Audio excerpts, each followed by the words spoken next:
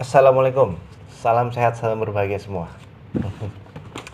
Menurut saya Gi dengan saya Hapas. Kita kali ini mau ngomongin, bukan review ya, mau membahas novel yang baru saya tamatkan. Bahas tentang novel Buya Hamka, karya Ahmad Fuadi. Buya Hamka, sebuah novel biografi. Ini Buya Hamka Fuadi ini adalah penulis bestseller Anak Rantau, dituliskan di sini. Penulis bestseller Anak Rantau. Ini novelnya, semua kelihatan ya. Nah, kita lihat covernya dulu. Di sini ilustrasi dari covernya, agak jauh ya kameranya. Ini ilustrasi covernya, bisa dilihat semua ya. Ada seorang tua, ya pasti ini representasi dari Buya Hamka. Di depannya ada orang sedang berjalan di pedesaan. Terlihat di situ backgroundnya ada rumah-rumah adat Minangkabau, memperlihatkan bahwa asal muasal atau latar dari ini ada Minangkabau, dan ada bangunan yang bukan, saya ragu nih bangunan, takut saya salah ngomongnya. Ini bangunan kayak joglo, tapi yang pasti atapnya bukan ciri khas dari Minangkabau, tapi ini dari Jawa. Jadi di sini ada dua yang akan digambarkan, dua antara Minangkabau dan Jawa di sini. Kemudian suasana pedesaannya terlihat jelas di sini. Suasana pedesaan, ada gunung, rumput-rumput, ada padi, dan suasana langit yang sangat bersih, jernih, dan terlihat sedikit berangin. Jadi kita bisa merasakan suasana kampung yang merepresentasikan mungkin banyak latar di dalam sini ya. Itu dari gambar depannya ya, banyak warna biru dan kuning. Palet warnanya menyejukkan mata sih kalau saya bilang, menarik. Dan salah satu alasan standar ya, saya kalau lagi jajan buku novel itu pertamanya akan ngelihat cover dulu. Jadi ini salah satunya cover yang menarik mata saya sehingga saya membelinya. Anwar Fuadi ini yang bikin Anak Rantau. Nanti kapan-kapan kita bahas tentang Anak Rantaunya ya. Kita baca tulisan di belakangnya. Membaca kisah hidup Hamka sebagai penonton aneka film sekaligus. Film petualangan penuh adegan berdebar, film religi yang menyentuh sanubari, dan film romantis yang terasa manis di hati. Hidupnya memang kerap berayun ekstrim dari satu kutub ke kutub lain. Mulai dari penulis roman sampai jadi ulama besar penulis tafsir. Dari gerilyawan melawan Belanda sampai dituduh makar dan ditangkap oleh Orde Lama. Tapi di kemudian hari dia malah diangkat menjadi pahlawan nasional. Kronika dunia Hamka yang dirangkum di buku ini bagai buket dari taman bunga yang luas. Bunga itu wangi, indah, warna-warni, karena dipelihara secara kolektif oleh banyak hati. Taman bunga yang terhampar itulah hikayat Hamka yang menginspirasi melintas banyak generasi. Ada beberapa komentar ya, ada 2 komentar di sini. Dari Profesor James Rush, penulis Hamka's Great Story, sejarawan Arizona State University. What a wonderful life of Hamka. Fuadi set the scene of Hamka's life beautifully, and his storytelling pulled the reader helplessly along. It is a big success. Dan kemudian ada komentar juga dari Alim Sudio, penulis skenario film Buya Hamka. Bahagia mengetahui Ahmad Fuadi yang menuangkan kisah Buya Hamka dalam sebuah buku. Kesamaan latar belakangnya memperkaya kultur sosial meninjau dan ranah Minang, sehingga bukan sekedar bumbu dalam buku ini, tapi menjadi satu kesatuan utuh yang tersampaikan dengan baik. Salut. Itu belakangnya. Jadi buku ini seperti yang ditulis ini sebuah novel biografi menceritakan tentang hidup Buya Hamka. Jadi kalau teman-teman yang mengetahui atau hanya sedikit mengetahui tentang Buya Hamka, mungkin akan terbuka banyak wawasannya untuk setelah membaca ini. Ada yang mengetahui Buya Hamka itu hanya sebagai ulama, hanya sebagai mantan ketua MUI pertama, atau Buya Hamka itu sebagai penulis tafsir, seorang ulama tulen yang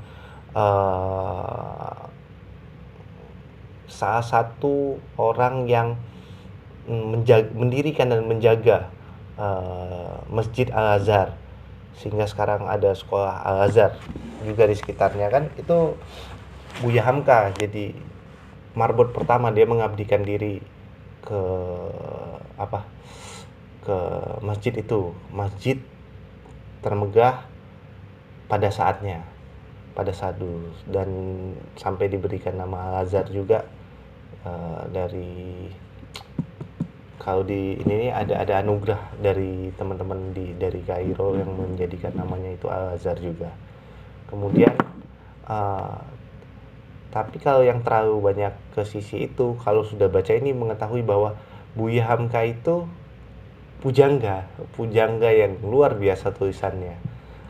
Dan mungkin teman-teman yang taunya bahwa Buya Hamka itu adalah pujangga akan terbuka pikirannya bahwa Buya Hamka itu juga seorang ulama. Bahkan garis keturunannya memang garis keturunan seorang ulama besar pada masanya. Murid dari ulama besar juga. Di sini kita akan melihat selain terkait Buya Hamka juga ngomongin tentang kebudayaan yang ada, polemik sosial, penyatuan budaya di Indonesia dari zaman Belanda, kemudian masuk Jepang, kemudian juga setelah kemerdekaan, di awal-awal kemerdekaan sampai tahun 78, saat Buya Hamka dan hingga Buya Hamka meninggal. Nah, 3 zaman kita akan membicarakan tentang budaya, tentang perkembangan Islam, peran Islam itu akan di sini, dan peran masyarakat, keadaan masyarakat, ekonomi, sosial, dan banyak hal yang membuat kita tercengang kadang-kadang. Bahkan kita bisa menyimpulkan banyak hal yang mungkin di luar buku mata pelajaran yang biasa kita miliki selama ini, yang kita diajarkan di sekolah tentang sejarah.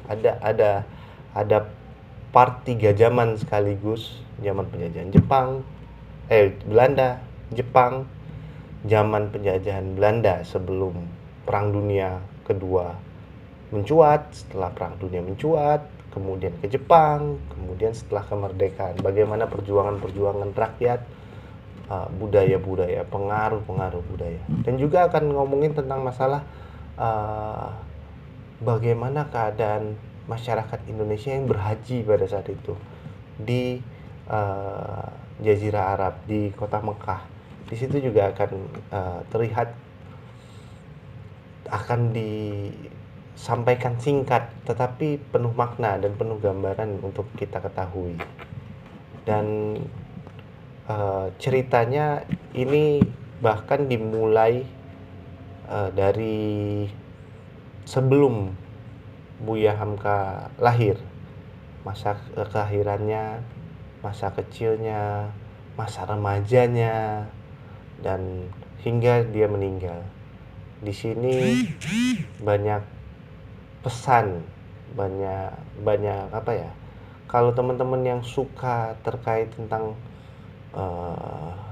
cerita-cerita perjalanan hidup sebuah tokoh, ini baik untuk dibaca, karena seperti karena di sini ada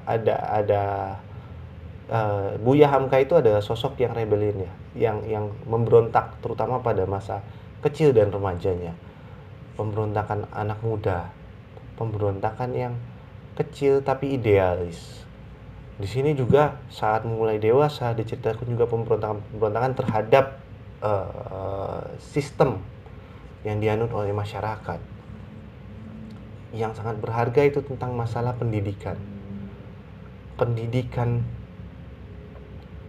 formal dan pendidikan non formal di sini, dan Buya Hamka adalah salah satu orang yang berhasil dengan mengenyam pendidikan non formal, mengenyam pendidikan yang dia pilih, yang dia merdeka cara dia mengambil pendidikannya, yang dia merdeka cara dia memilih gurunya, yang dia merdeka cara apa yang dia pelajari, sehingga dia diakui oleh pendidikan formal. Kan dia mendapatkan doktor dan profesor itu bukan dari dia jadi kalau dulu sekolah rakyat, kalau di sini ceritakan tidak dari sekolah-sekolah formal berjenjang, tapi dari pengabdiannya terhadap sebuah ilmu, dari karya-karyanya, sehingga dia diberikan honoris causa dari universitas untuk gelar doktor dan profesornya. Jadi itu juga menunjukkan bahwa selalu ada jalan dengan keyakinan. Di sini juga belajar tentang masalah rasa syukur, uh, ber apa ya berpikiran baik pada Tuhan, pada Allah di sini nih, berprasangka baik. Nah, itu digambarkan bukan sebagai bumbu kecil-kecil, tapi itu memang kehidupan Buya Hamka, sehingga sangat sangat apa ya sangat halus, sangat sangat jujur. Jadi mengena kepada kenapa sih kita uh, tidak bisa bersyukur seperti Buya Hamka. Ini kerennya Buya Hamka, dia bisa menjalani kehidupannya, dia bisa berdiri tegak dengan diri, dan luar biasanya tentang kemerdekaan dirinya dari remaja sampai dia meninggal. Kemerdekaan dirinya untuk memilih, kemerdekaan dia untuk menjalankan sesuatu yang dia rasa benar, dan dia merasakan bahwa dia berkeyakinan bahwa itu berimplikasi kepada kebaikan hidup masyarakat, bukan hanya hidup dia sendiri. Nah, di sini dijelaskan, digambarkan kehidupan Buya Hamka itu dengan apa ya? Dengan sangat-sangat detail dan menarik kalau menurut saya. Walaupun ini adalah sebuah roman yang cerita kehidupan dari sebelum lahirnya Buya Hamka sehingga sampai dia meninggal, berarti kan ini sangat singkat ya kalau melihat dari tebal buku yang hanya 364 halaman untuk menceritakan sebuah kehidupan. Ini luar biasa, saya bilang padat tapi tersampaikan titik-titik perjuangan, titik-titik pentingnya, tersampaikan perjalanan kehidupannya, perubahannya, itu tersampaikan semua di sini. Keren. Mas Ahmad jangan, bukan Mas Uda ya mungkin ya, karena dia kan orang Maninjau juga katanya. Ahmad Fuadi ini keren dalam menyajikannya, dan apa ya, susunan Melayunya, bahkan saya ngerasa ini kayak cara menulisnya saya sedikit sok tahu ya, saya ngerasa cara penulisannya ini berasa membaca karya-karya pujangga lama yang jujur saya menyukai karya-karya pujangga lama. Tata bahasanya, diksinya yang dipilih itu diksi-diksi yang menurut saya keren, dan bukan pengaruh ya, dia menuliskannya ini gimana ya, tata cara dia menuliskan itu ya bisa dibilang sedikit puitis ya, seperti karya-karya pujangga lama kalau saya bilang. Keren banget, tapi tidak tidak terasa ketinggalan zaman, tidak terasa tidak modern, tapi dia modern banget, modern karena dia membahasnya tentang Buya Hamka juga membawa dari meninjau, jadi terasanya keren, tidak terasa jadul cara dia menulis. Dan diksi-diksi yang dipilih diksi-diksi yang menurut saya itu eh, tepat untuk menggambarkan sesuatu, dan sangat tepat untuk mendeskripsikan sesuatu. Dan ini narasi-narasi yang disajikan ya di dalam ini itu gimana ya, kalau saya bilang ya, narasi-narasinya itu cocok untuk menceritakan sebuah kehidupan, bukan kehidupan yang panjang. Sehingga kalau kita membaca buku Buya Hamka ini, saya yakin teman-teman akan mengetahui uh, substansi-substansi kehidupan Buya Hamka dan substansi-substansi sosial budaya yang terjadi di di dalam perjalanan hidup Buya Hamka. Keren, teman-teman harus baca ini. Ini alurnya maju mundur ya. Diceritakan di bab 1 2. Di awal-awal itu menceritakan di bab 1 ya, 1 2. Itu menceritakan tentang masa dari saat Buya Hamka di dalam penjara. Jadi ada cuplikan kegiatan cuplikan cerita Buya Hamka di penjara. Kemudian langsung diputar kepada kehidupan Haji Rasul, bapak Buya Hamka sedikit, kemudian langsung masuk kelahirannya Buya Hamka dan terus menerus sampai Buya Hamka meninggal. Ini dan kerennya ini ada, dan memang Buya Hamka itu terlibat dalam beberapa titik perjuangan dan dikenal baik, dikenal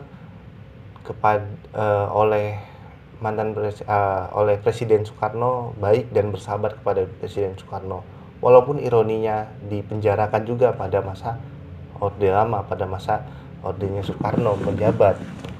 Walaupun dengan pertentangan seperti itu, di sini dirasakan bahwa diceritakan kehidupan Buya Hamka ini selalu menjadi sorotan banyak orang.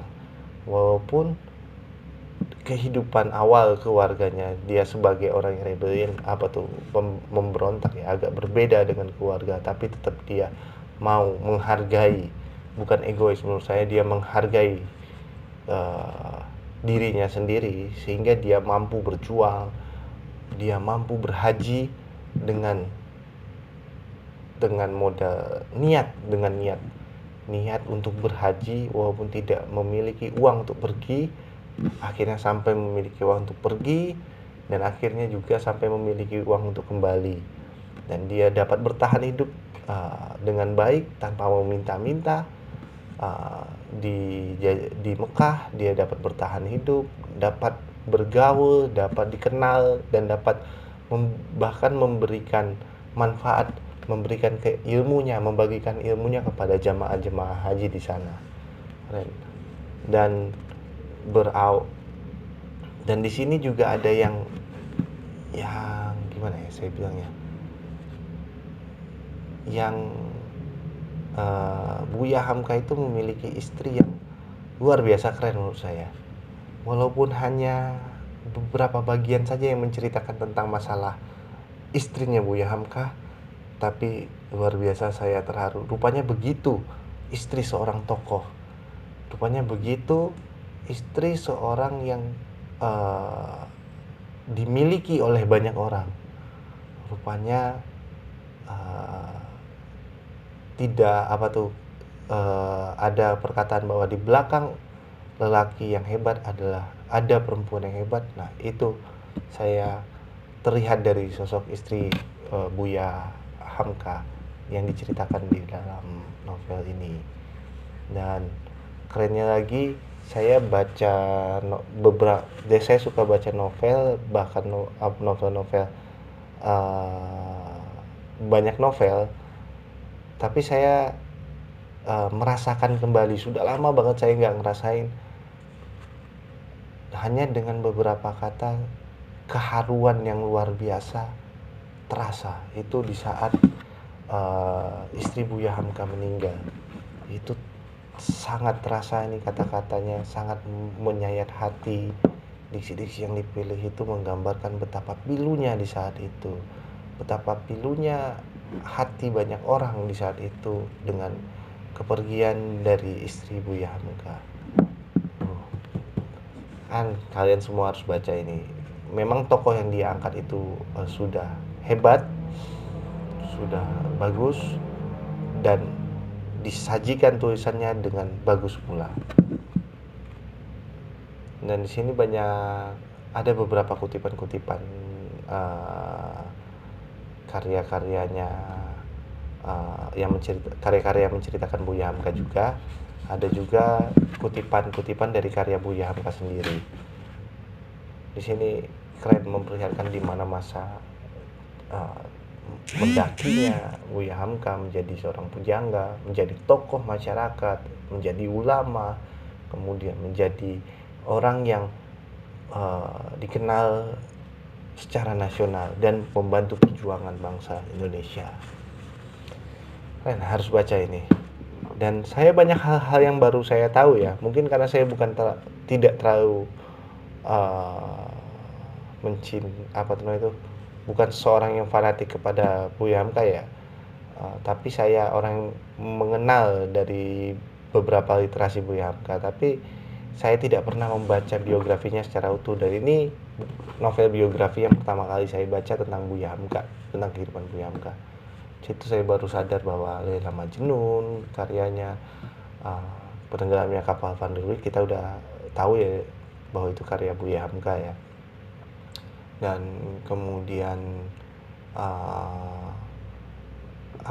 novel-novelnya Buya Hamka, karya-karyanya Buya Hamka semua dipaparkan dan diberitahukan di sini bahwa ini loh karya-karya besarnya beliau, baik yang sebagai pujangganya, baik sebagai ulamanya. Karya-karya beliau yang ide-ide beliau yang mungkin orang sekarang mengatakan itu ide baru, tapi rupanya Buya Hamka sudah beberapa kali menulis tentang masalah hubungan Islam dan budaya. Walaupun dulu Buya Hamka sedikit menarik budaya tersebut kepada budaya Minangkabau, hubungan ajaran Islam terhadap Minangkabau, Islam dalam Minangkabau ya, lebih banyak menulisnya terhadap budaya-budaya Minangkabau. Itu kerennya Buya Hamka. Mungkin sekarang orang baru ngomongin Islam Nusantara, hubungan Islam dengan sebuah kebudayaan. Tapi dari zaman itu Buya Hamka sudah menuangkan dalam sebuah karya tentang masalah Islam dan budaya. Itu barang yang saya juga baru tahu. Saya mikir tidak sampai segitu tahunya saya. Kemudian ada hal-hal juga yang saya juga baru tahu bahwa Buya Hamka adalah ada sesosok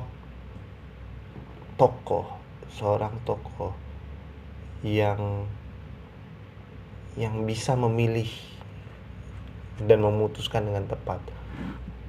Cerita tentang dia turun dari jabatan ketua MUI-nya di sini diceritakan bahwa dia mundur karena keputusan MUI saat mengeluarkan fatwa tentang tidak boleh mengikuti peribadatan Natal. Nah, gara-gara ada fatwa haram mengikuti peribadatan tersebut, haram tentang Natal tersebut, Buya Hamka dihadapkan dilema kepada kepala Departemen Agama saat itu, di mana beliau meminta Buya Hamka mencabut fatwa tersebut atau tidak beliau mundur dari jabatan ketua departemen. Buya Hamka memutuskan untuk malah mencabut dan mundur dari jabatan ketua MUI. Di sini tersimbolkan betapa besarnya dan betapa idealisnya seorang Buya Hamka, karena dia tetap mempertahankan idenya, dia mempertahankan hal yang benar, dia mempertahankan sesuatu yang baik daripada mendapatkan tekanan dari pemerintah, tetapi dia juga harus menjaga antara kebaikan umat dengan keadaan tadi ya, keadaan kenegaraan. Itu keren banget kalau menurut saya, keren banget. Dan hal tersebut, fatwa tersebut dikeluarkan saat Buya Hamka menduduki jabatan. Walaupun Buya Hamka sendiri diceritakan pula di sini adalah orang yang sangat toleran. Dia itu tinggal di depan Masjid Al-Azhar yang memiliki tetangga-tetangga yang beda kepercayaan. Diceritakan ini Nasrani, tetapi istrinya itu selalu disuruhnya untuk menyiapkan makanan bila mereka sedang merayakan Natal, mengirimkan makanan. Di sini diceritakan juga pada saat mereka sedang perayaan Natal.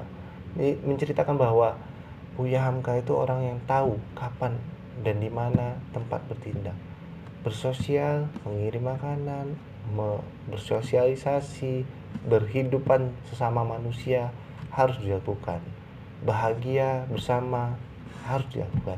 Tapi kalau sudah muncul pada ranah ibadah, ranah yang tersimbolkan sebagai ibadah, yang menyimbolkan yang menjadi sebuah rukun ya, apa namanya itu, tata sebuah apa ya tata laksana ya, sebuah tata laksana yang di dalam yang itu adalah sebuah bentuk ibadah, kita nggak boleh ikutan kalau sudah sampai situ. Jadi garis yang tipis itu Buya Hamka bisa melihat dan bisa menempatkan dirinya. Itu juga salah satu contoh bagi kita, contoh yang bisa kita pelajarin dari sosoknya Buya Hamka. Sini disebutkan banyak. Di sini hampir semua karya, mungkin semua karya Buya Hamka disebutkan di sini. Dan Buya Hamka itu menjadi kontroversi karena dia sebagai pujangga, sebagai ulama. Disebut juga ya kan karya-karyanya ya Buya Hamka karya-karya percintaan ya, kayak karya-karya romantis. Sedangkan beliau berdiri juga sebagai ulama. Itu kalau pada saat itu dan mungkin sampai saat sekarang ya, kalau sosok Buya Hamka muncul, dia juga akan menjadi ulama kontroversi yang sampai di sini disebutkan bahwa dia adalah Buya Roman, ulama Van der Wijk, ulama cabul.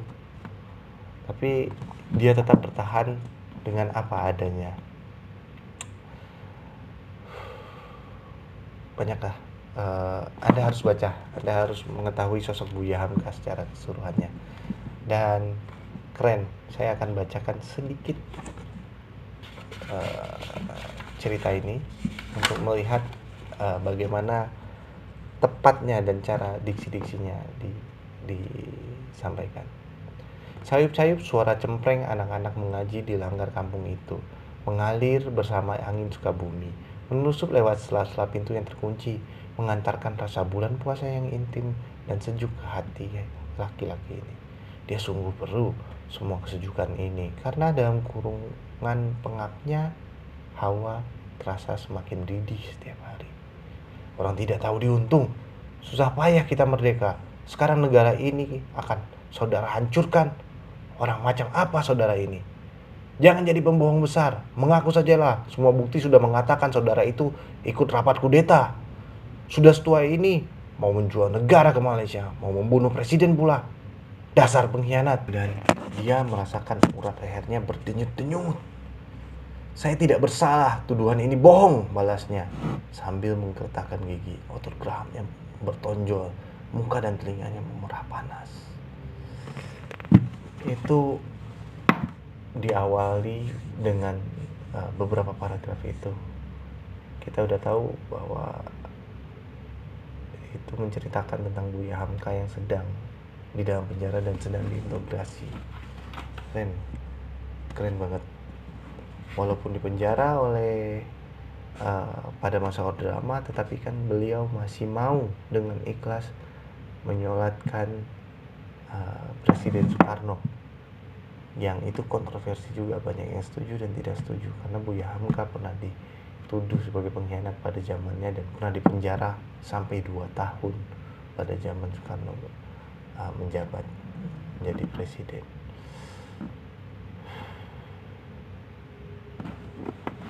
Coba nanti teman-teman baca ya. Cuma di sini saya nggak tahu itu kekurangan atau kelebihannya. Tapi kalau membaca buku ini saya bisa meninggalkan. Saya tidak mati penasaran untuk tidak terus membaca. Jadi sangat baik dan sangat ramah novel ini. Bukan novel yang memaksa dan mengintimidasi kita untuk membacanya terus-menerus tanpa henti. Tapi kalau sudah kelamaan kita tinggalin, kita akan kangen. Itu kemarin bagaimana ya? Kita akan penasaran dan kembali lagi membacanya, tidak meninggalkannya. Makanya saya bilang ini gimana ya? Sebuah dia menuliskannya kayak angin hangat di musim semi, di mana kita sedang berteduh di bawah pohon yang rindang. Jadi kita bisa ninggalin pohon tersebut, tapi kita ingat dan kita pengen balik ke pohon itu lagi. Bukan mengintimidasi harus kita baca maraton, enggak. Ini bukunya tidak seperti itu. Oke. Itu saja komentar-komentar saya, kesetahuan saya tentang novel Buya Hamka. Siapa tahu teman-teman mau membaca. Salam sehat, salam berbahagia. Assalamualaikum.